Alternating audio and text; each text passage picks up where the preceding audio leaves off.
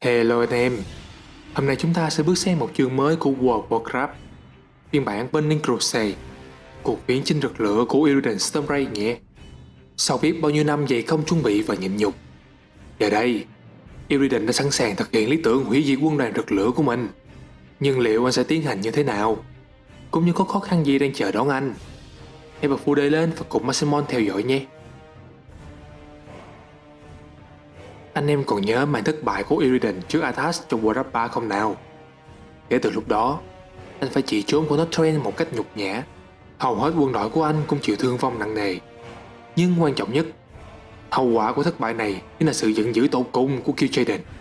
Gã chú quỷ sẽ không bao giờ cho anh một cơ hội nào để chứng minh bản thân nữa. Nhưng thái độ của Illidan thì kiểu như chắc bố mày cần. Khoảng thời gian giả ngu để che mắt quân đoàn đã chấm dứt.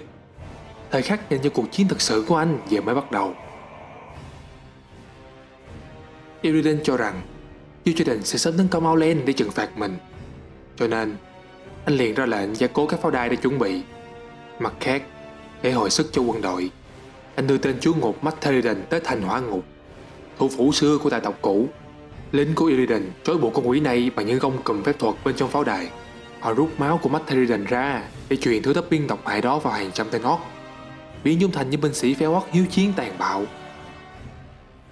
Khi sức mạnh của đội quân dần hồi phục và ngày càng lớn mạnh hơn, Illidan phải đối mặt với một vấn đề quan trọng khác, đó là quân lương. Một đội quân dù hùng mạnh đến cỡ nào cũng không thể chiến đấu nếu không được ăn uống đầy đủ.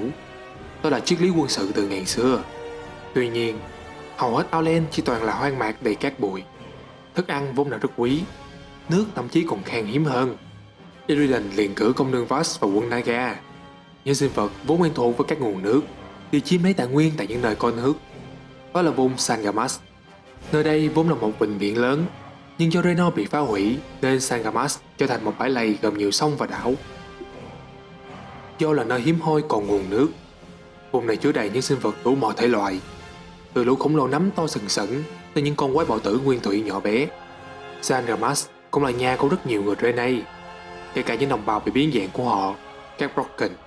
Lady Vast và tay chân quá quen thuộc với địa hình nước. Họ nhanh chóng tản ra xâm lược từng góc cách xa xôi của Sanramas.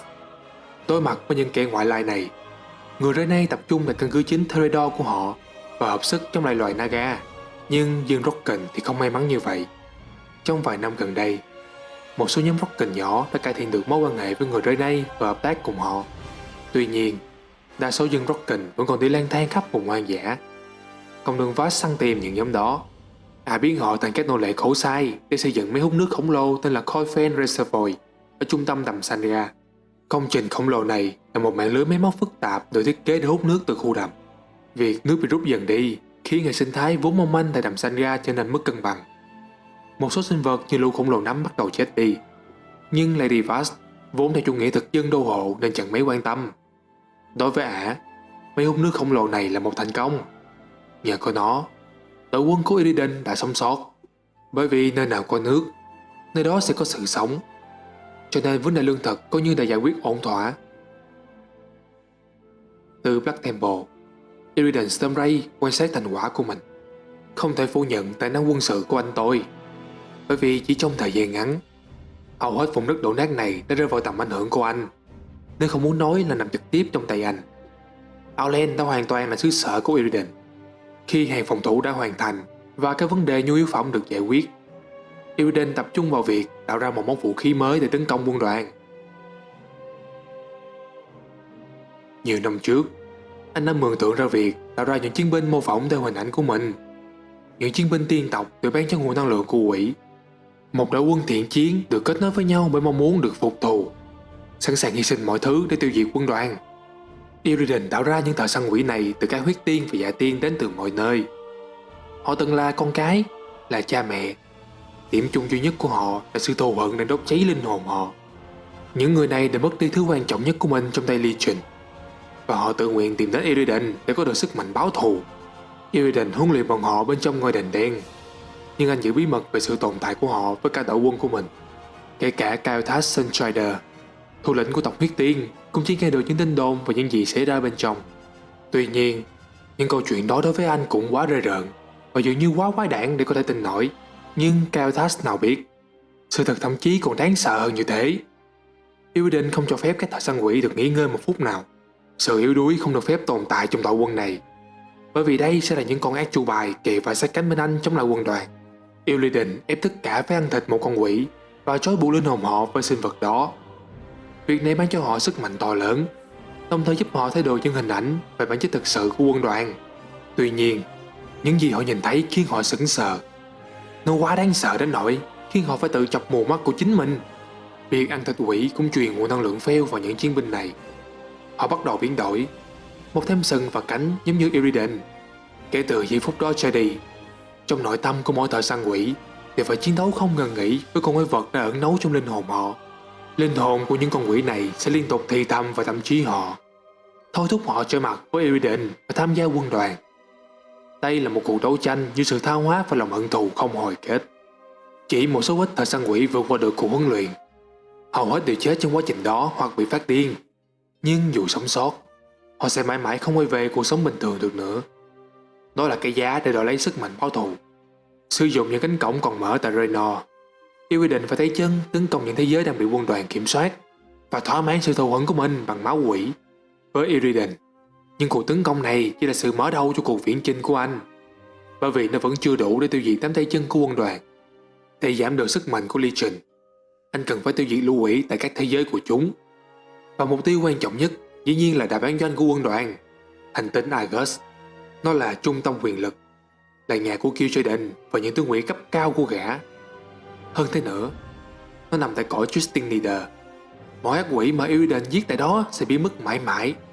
Bên cạnh đó, việc phá hủy cả một thế giới không phải là quá khả năng của Illidan Stormrage. Anh đã tìm hiểu về số phận của Raynor và biết được vì sao phép thuật không thể kiểm soát nổi của Ner'zhul lại phá tan tành thế giới này. Illidan sẽ làm điều tương tự với Argus.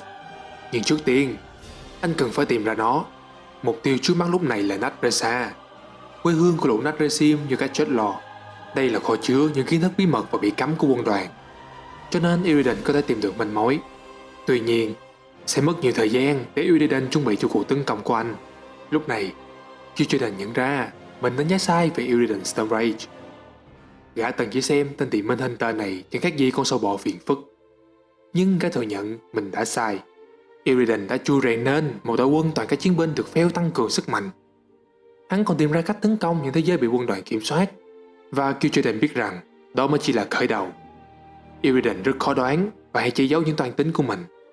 Nhưng động cơ thực sự của hắn giờ đây vô cùng rõ ràng. Gã ngông cuồng này đã nhắm tới việc tiêu diệt tận gốc quân đoàn. Kil'jaeden suy đoán rằng thậm chí hắn sẽ tấn công cả Argus. Câu hỏi duy nhất lúc này là khi nào và bằng cách nào. Tuy nhiên, nếu đó là cuộc chiến mà Illidan muốn, Kil'jaeden sẽ chịu được ý hắn ta. Đã rất lâu rồi, gã chú quỷ chưa cảm thấy uy hiếp lớn như vậy. Ngoài ra, Kil'jaeden không ngán chiến tranh. Ngay lập tức, hắn cử một đội quân tới Outland. Lực lượng này được chỉ huy bởi một trong những tướng lĩnh Kil'jaeden tin tưởng nhất, một tên Doomgor tên là Đại Chúa Tể Krul. Tuy nhiên, đây là một trong những lần hiếm hoi Kil'jaeden tính toán sai. Dù cho lũ quỷ rất hăm hở muốn uống máu Illidan, chúng nhận ra việc tiến tới Outland lúc này rất khó khăn.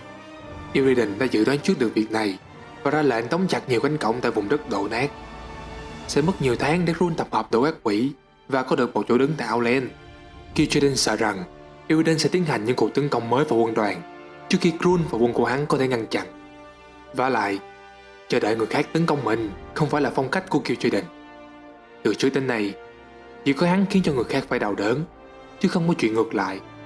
Vì vậy, Kil'jaeden cần một món vũ khí khác, và gã tìm ra nó trong hàng ngũ kẻ thù. Gã nắm thóp việc Illidan bị ám ảnh với kế hoạch chống lại quân đoàn. Và dĩ nhiên, đây là điểm yếu lớn nhất của tên Địa Minh Hunter. Với sự liều lĩnh của mình, Illidan chấp nhận sử dụng ma thuật phèo, khiến cho mọi dân tộc tại Azeroth xa lánh hắn.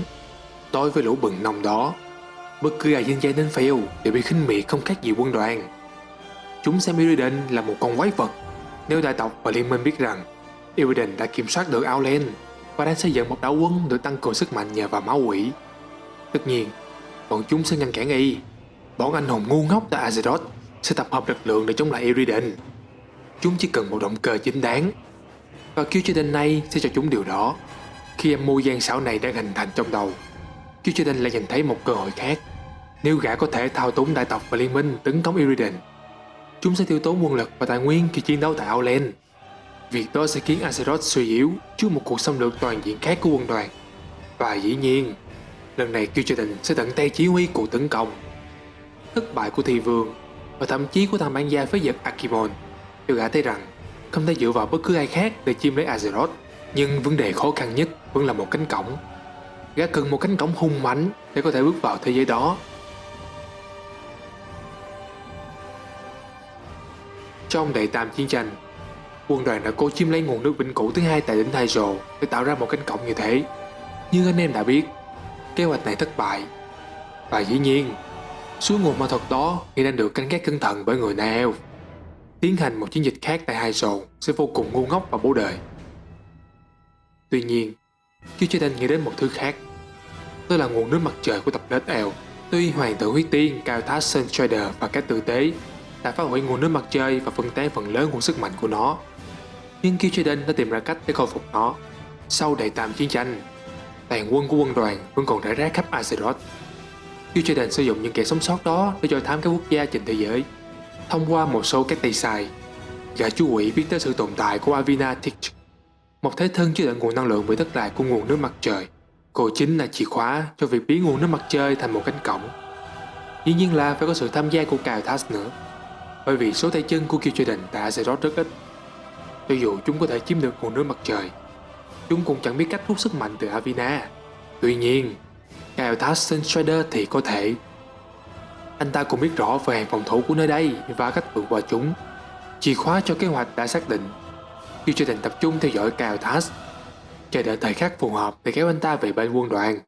Sự xuất hiện liên tục các nhóm quỷ của quân đoàn tại Outland cũng thu hút sự chú ý của các sinh vật sống tại đây. Dĩ nhiên, không ai hiểu rõ và lo lắng nhiều hơn Velen, thủ lĩnh của người rời này.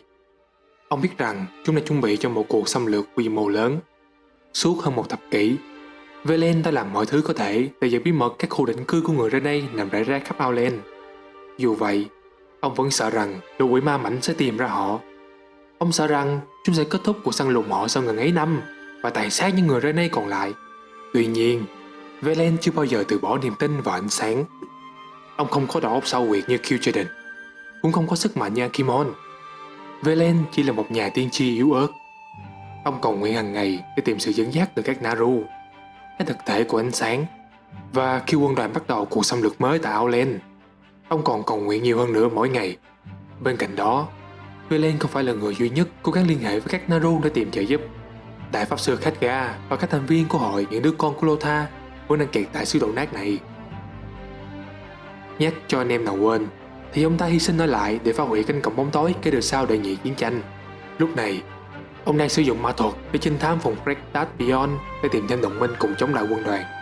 Kết hợp với lời cầu nguyện từ Velen, sự hiện diện của Khadgar được các Naaru trong đội quân ánh sáng nhìn thấy.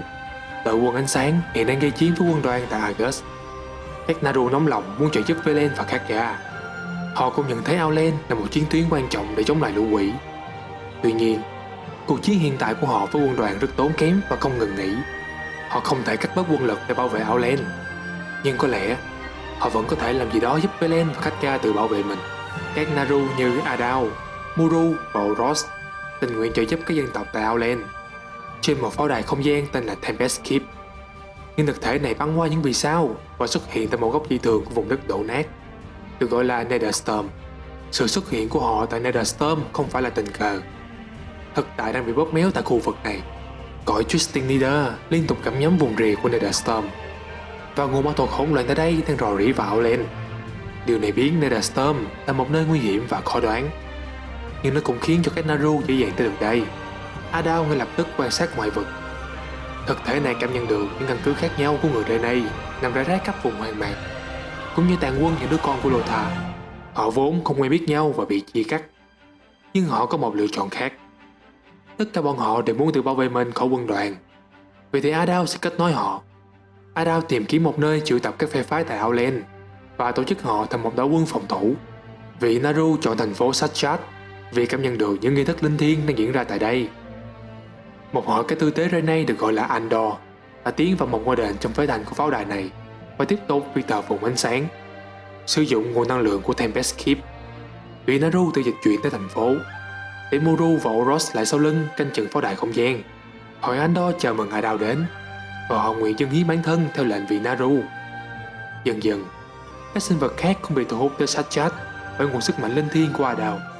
Họ đến từ những ngõ ngách xa xôi của Outland. Velen chỉ đem theo một số tùy tùng trong cuộc hành hương đến thành phố.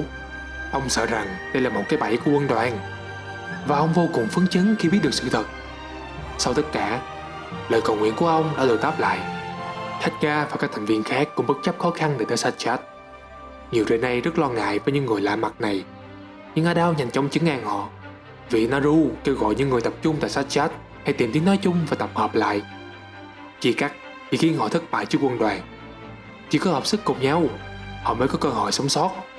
Lời khuyên của vị Naru được tất cả tán thành. Cũng giống người Rhaenei, Khadgar và người của ông đã phải chịu rất nhiều vất vả. Họ không hề muốn có thêm kẻ thù. Dưới sự chỉ dẫn của Adaw, quân liên minh và người Rhaenei bắt đầu tái thiết Satchad thành ngọn đèn hiệu của hy vọng. Rồi một ngày nào đó, nó sẽ tỏa sáng khắp Outland. Người Rhaenei và những đứa con của Lothar không phải là hai phe duy nhất nhận ra sự xuất hiện của các Naru. Illidan Stormrage cũng biết việc đó. Anh xem sự tái sinh của Satchad là một mối đe dọa tiềm tàng với cuộc viễn chinh của anh. Nếu các Naru tập hợp đủ sức mạnh, rất có khả năng họ sẽ tiến đánh căn cứ của Illidan và chiếm quyền kiểm soát Outland. Vì vậy, với những suy nghĩ cực đoan của mình, Illidan quyết định ra tay trước. Thà ta phụ cả thiên hạ, chứ không để người thiên hạ phụ ta. Anh tôi quyết định tấn công phủ đầu Satchad, đánh dấu cho bước đầu tiên rơi vào hố sâu tuyệt vọng của anh. Illidan sẽ tiến hành tấn công như thế nào? Chúng ta hãy chờ xem tập sau nhé. Video về World of Warcraft sẽ được đăng vào thứ Hai hàng tuần, cho nên đừng quên like và subscribe cho Maximon để xem video sớm nhất. Hẹn gặp lại anh em ở video sau.